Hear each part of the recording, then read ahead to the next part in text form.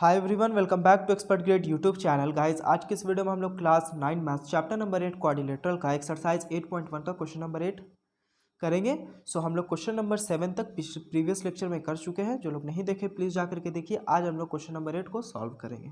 Question number 8 है हमारा, A B C D is a rectangle in which diagonal A C bisect angle A as well as angle C.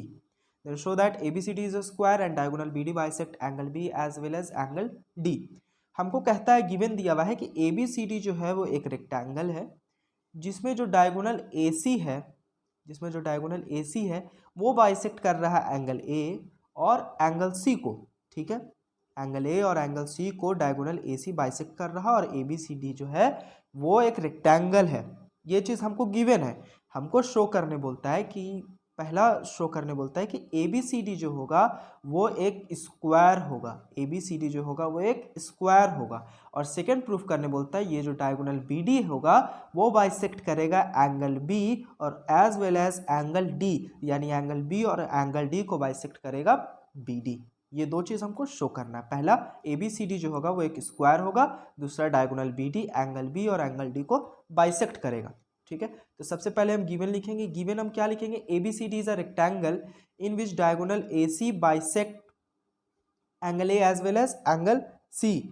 और to proof में हम लिखेंगे A B C D is a square. A B C D एक square है। और second proof करना है angle B D, diagonal B D bisect angle B as well as angle D. इसका मतलब कि एंगल 5 जो होगा वो एंगल 6 के इक्वल होगा और एंगल 7 जो होगा वो एंगल 8 के इक्वल होगा। यही चीज़ अगर हम दिखा देंगे, एंगल 5 एंगल 6 के इक्वल, एंगल 7 एंगल 8 के इक्वल दिखाएंगे, तो हम कह सकते हैं कि ये जो बी डी है वो बाइसेक्ट करेगा एंगल बी और एंगल डी दोनों को। ठीक है, सबसे पहले हमको स्क्वायर प्रूफ करना है। स्क्वायर प्रूफ करने के लिए क्या स्ट्रैटेजी यहाँ पे हम यूज़ करेंगे? देखिए, जिस तरीके से हम पैरेललोग्राम को रोम्बस प्रूफ करने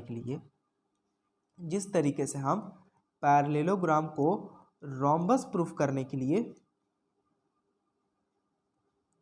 हम एडजेसेंट साइड इक्वल दिखा रहे थे। क्या दिखा रहे थे? एडजेसेंट साइड इक्वल दिखा रहे थे। एडजेसेंट साइड को इक्वल दिखा रहे थे। ठीक है, यही वर्क कर रहे थे पैरेललोग्राम को रोम्बस दिखाने के लिए। ठीक है, तो ठीक उसी तरीके से रेक्टेंगल को स्क्वायर दिखाने के लिए similarly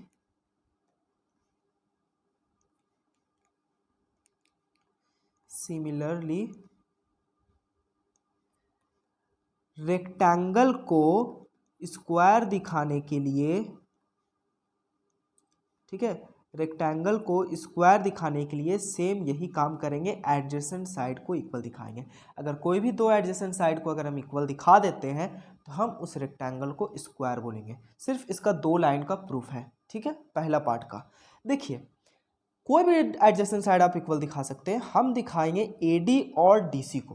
AD equals to DC अगर दिखा देते हैं तो कोई भी रेक्टेंगल का अगर एडजेसेंट साइड इक्वल होगा तो उसको हम स्क्वायर बोलेंगे।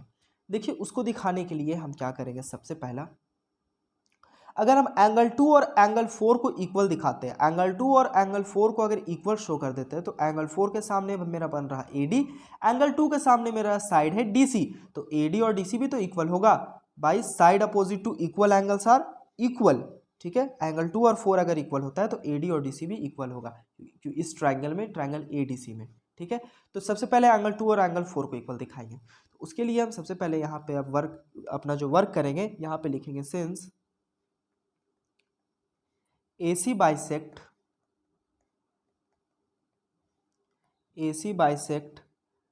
Angle A as well as angle C। ठीक है, इन रेक्टेंगल ABCD में। ठीक है, रेक्टेंगल ABCD में जो AC है मेरा वो बाइसेक्ट करेगा एंगल A को और उसी के साथ साथ एंगल C को। AC बाइसेक्ट करेगा angle A as well as angle C in rectangle ABCD में। ये कर रहा, ये गिवन है, गिवन ही का यूज करेंगे। तो हम कह सकते हैं कि जो एंगल 1 होगा वो एंगल 2 के इक्वल होगा, एंगल 2 जो होगा वो एंगल 3 के इक्वल होगा, और एंगल 3 जो होगा वो एंगल 4 के इक्वल होगा। क्यों? अब तो आप लोगों के माइंड में ये क्वेश्चन उठा होगा कि आखिर ये इक्वल क्यों होगा। देखिए क्यों होगा, क्योंकि देखिए जैसा कि हम जानते हैं कि रेक्टेंगल का हर एक एंगल 90 डिग्री होता है। रेक्टेंगल का हर एक एंगल 90 डिग्री होता है, और ये एंगल 1 और एंगल 2 क्या है, इक्वल है। तो हर ईच एंगल का मेजर कितना होगा, 45 डिग्री होगा, क्योंकि AC जो है वो एंगल ए और एंगल सी को 2 इक्वल हाफ में ना डिवाइड कर रहा। एंगल ए का 2 इक्वल पार्ट कर दिया और एंगल सी का 2 इक्वल पार्ट कर दिया। इसका मतलब एंगल 1 और एंगल 2 तो आपस में इक्वल है। एंगल 1 और एंगल 2 तो इक्वल है ना, तो दोनों एंगल का मेजर कितना होगा, 45 डिग्री। दोनों एंगल का मेजर अगर 45 डिग्री होता है तभी ये 90 डिग्री बनेगा। बात समझ में आ रहा? नहीं समझ में आ रहा तो इसको लिख करके भी हम दिखा सकते हैं कि एंगल 1 प्लस एंगल 2, इधर हम कर लेते हैं, एंगल 1 प्लस एंगल 2 होगा 90 डिग्री के बराबर होगा, क्योंकि दोनों एंगल को जोड़ेंगे तो 90 ही डिग्री आएगा, क्योंकि एंगल 1 और एंगल 2 मिलके बना रहा एंगल DAB। एंगल 1 और 2 मिलके बना रहा एंगल DAB को, ठीक है। तो ये दोनों का सम 90 होगा, यहाँ तक कोई डाउट नहीं। अब एंगल 1 एंगल 2 की जगह एंगल 1 लिख सकते हैं, क्योंकि दोनों एंगल इक्वल है, तो यहाँ पे 90 डिग्री, ठीक है।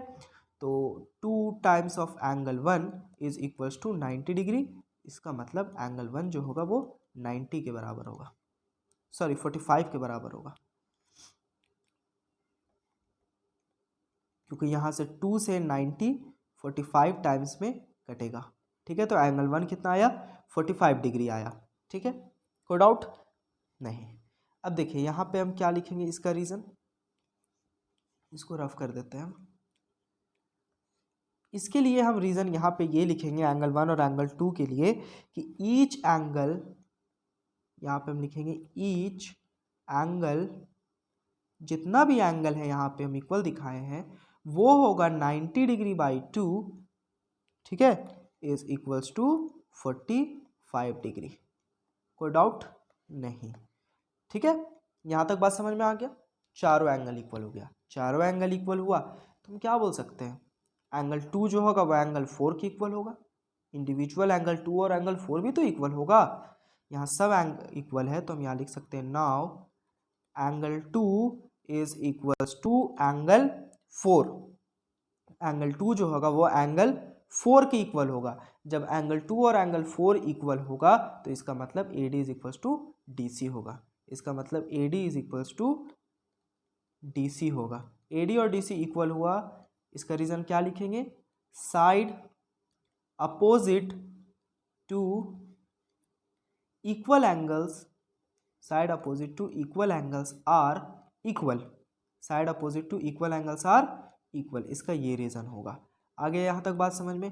अब हम यहाँ पे लिखेंगे दस in a rectangle ABCD, in a rectangle ABCD,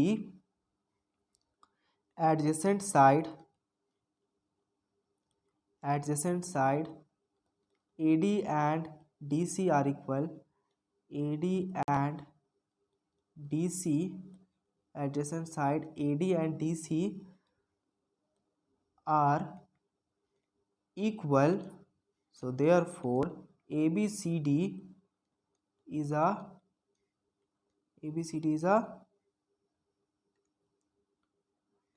square. ABCD क्या है, स्क्वायर है, क्योंकि रेक्टेंगल का एडजेसेंट साइड इक्वल हो गया। तो ये हमारा फर्स्ट प्रूफ हुआ, फर्स्ट जो हो गया वो हो गया प्रूफ्ड। अब सेकेंड हमको प्रूफ करना है कि ये जो डायगोनल BD है वो बाइसेक्ट करेगा angle B as well as angle D को, ठीक है। ये चीज़ प्रूफ करना है। देखिए इसको कैसे करेंगे, फिलहाल हम ये रफ कर सकते हैं, ये आप लोगों को समझ में आ गया होगा कि हम यहाँ पे क्या क्या किए। यहाँ पे इसको इक्वल दिखाने के लिए यहाँ पे हम फिर से कुछ रफ वर्क करते हैं। सबसे पहला ये एक स्क्वायर बन गया, ये एक स्क्वायर बन गया, तो सारा साइड क्या होगा, आपस में इक्वल हो गया, ठीक है। ये दोनों साइड भी आपस में इक्वल है। जब ये दोनों साइड इक्वल है तो एंगल 5 जो होगा वो क्या होगा, एंगल 7 के इक्वल होगा। एंगल 5 जो होगा वो एंगल 7 के इक्वल होगा। ठीक है, जब एंगल 5 और एंगल 7 इक्वल हुआ, उसके साथ साथ एक और पेयर एंगल का इक्वल हो रहा। ये एक स्क्वायर है, तो ये भी अपोजिट साइड क्या होगा, पैरेलल होगा। तो ए बी जो होगा वो पैरेलल होगा डी सी के। ए बी और डी सी पैरेलल होगा तो अल्टरनेट इंटीरियर एंगल इक्वल होगा। तो अल्टरनेट इंटीरियर एंगल कौन कौन सा है, एंगल 5 और एंगल 8 है।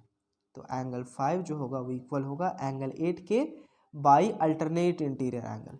अब देखिए दोनों में एंगल 5 आ रहा, दोनों में एंगल 5 आ रहा, तो हम इसे क्या कंक्लूजन निकाल सकते हैं कि एंगल 7 जो होगा वो एंगल 8 के इक्वल होगा। कोई डाउट नहीं, एंगल 7 जो हो गया वो एंगल 8 के इक्वल हो गया। तो हम कह सकते हैं diagonal B D angle B को बाइसेक्ट कर रहा, लेकिन हमको डी को भी करना है, डी को भी बाइसेक्ट करवाना है ना। तो उसके लिए हम यहाँ पे फिर से एक वर्क करेंगे। एंगल 5 और एंगल 8 इक्वल है, एंगल 5 और एंगल 8 इक्वल है। ठीक उसी तरीके से ये दोनों साइड भी बराबर होगा, ए बी और ए डी भी बराबर होगा। ए बी और ए डी बराबर होगा तो इसका मतलब एंगल 8 जो होगा वो एंगल 6 के इक्वल होगा। एंगल 8 जो होगा वो एंगल 6 के इक्वल होगा by angle opposite to equal sides are equal. अब देखिए ये वाला और ये वाले को, ये दोनों को हम देखते हैं। ठीक है, देखिए दोनों में एंगल 8, इसमें भी एंगल 8 और इसमें भी एंगल 8 आ रहा, तो इसका मतलब एंगल 5 जो होगा वो एंगल 6 के इक्वल होगा। हो गया प्रूफ।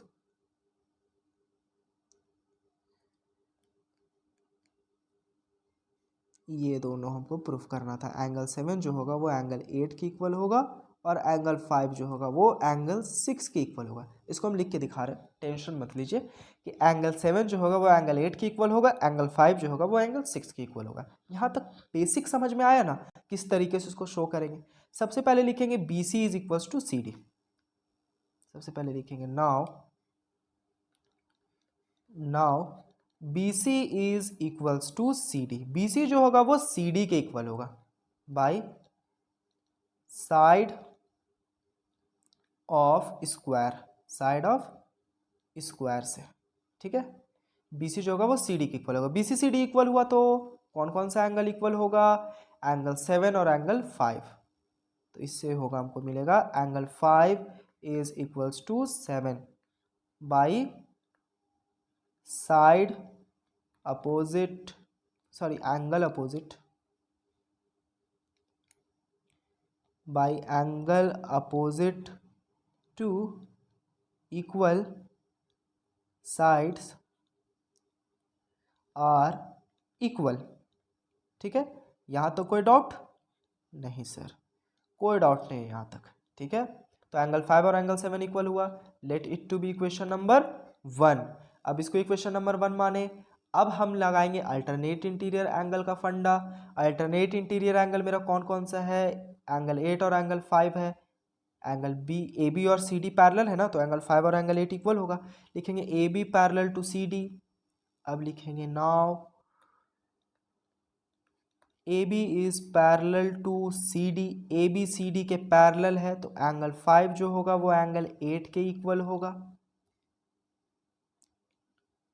एंगल 5 जो होगा वो हमारा एंगल 8 के इक्वल होगा। ये दोनों पैरेलल क्यों है, अपोजिट साइड है किसका, स्क्वायर का, अपोजिट साइड ऑफ स्क्वायर। ठीक है, और ये क्यों इक्वल हुआ, अल्टरनेट इंटीरियर एंगल से। ठीक है, अल्टरनेट इंटीरियर एंगल से ये इक्वल हुआ। इसको मान लीजिए इक्वेशन नंबर 2। अब इक्वेशन नंबर 1 और 2 से हमको क्या मिलेगा, फ्रॉम इक्वेशन 1 एंड 2 से हमको क्या मिल रहा, एंगल 7 जो होगा वो एंगल 8 के इक्वल होगा। अब एंगल 7 और एंगल 8 इक्वल हो गया। ठीक है, एंगल 7 और एंगल 8 इक्वल हुआ, एंगल 7 8 इक्वल हुआ, इसका मतलब बी डी बाइसेक्ट कर रहा है एंगल बी को। लिख सकते हैं therefore B D bisect angle B. पहला एक प्रूफ हुआ। अब डी को भी बाइसेक्ट करवाना है, डी को भी बाइसेक्ट करवाना है, तो चलिए फिर से अपना वर्क को जारी रखते हैं हम लोग। अब क्या करेंगे, ए बी और ए डी इक्वल है, ए बी और ए डी इक्वल है, साइड ऑफ स्क्वायर से ए बी और ए डी इक्वल है, तो इसका मतलब एंगल 8 और एंगल 6 इक्वल होगा, ए बी और ए डी इक्वल है। Now A B is equals to A D, A B is equals to A D, A B और ए डी इक्वल हुआ तो कौन कौन सा एंगल को हम इक्वल लिखेंगे, एंगल 8 और एंगल 6, तो angle 8 is equals to angle 6, तो therefore angle 8 is equals to angle 6। Reason लिख लें, साइड ऑफ स्क्वायर, रीज़न लिखना बहुत इंपॉर्टेंट है, साइड ऑफ स्क्वायर, और इसका रीज़न क्या होगा, angles opposite to equal side are equal. ठीक है, इसको पूरा लिख लीजिएगा। अब देखिए एंगल 8 जो है वो एंगल 5 की इक्वल है, एंगल 8 जो है वो एंगल 6 की इक्वल है, इसको पहले इक्वेशन नंबर 3 मान लेते हैं। अब देखिए फ्रॉम 2 एंड 3, अब लिखेंगे हम फ्रॉम 2 एंड 3 वी गेट, 2 और 3 से हमको क्या मिला, हमको क्या प्राप्त हुआ, 2 और 3 से हमको मिला कि एंगल जो 5 है वो एंगल 6 के इक्वल होगा, एंगल 5 जो है वो एंगल 6 के इक्वल होगा, एंगल 5 और एंगल 6 इक्वल हुआ, इसका मतलब diagonal A D, sorry diagonal B D, diagonal B D bisect, diagonal B D bisect angle D. आ गया बात समझ में यहाँ तक। अब हम फाइनली लिख देंगे अपना statement, thus diagonal B D bisect angle B as well as angle D. ठीक है, बाइसेक्ट्स होगा। ठीक है, diagonal B D bisect angle B as well as angle D, second proved. ठीक है, आई होप आप लोगों को आज का जो क्वेश्चन हम सॉल्व किए समझ में आ गया होगा, बहुत इंपॉर्टेंट क्वेश्चन है। इसमें से हम लोग जो क्वेश्चन नंबर 7 में जो प्रॉपर्टी पढ़ें वही प्रॉपर्टी को यूज़ करके हम लोग इसका सेकंड पार्ट जो था उसको हम प्रूफ किए हैं। सो क्वेश्चन नंबर 7 को भी अच्छे से आप लोग देख लीजिएगा। क्वेश्चन नंबर 8 आई होप आप लोगों को समझ में आ गया होगा। कहीं पे भी डाउट हुआ हो तो प्लीज़ कमेंट बॉक्स में लिख दीजिए, और चैनल पे नए हो तो प्लीज़ चैनल को सब्सक्राइब कर लीजिए। वीडियो पसंद आया तो प्लीज़ लाइक करिए, फ्रेंड्स के साथ ज़्यादा से ज़्यादा शेयर करिए।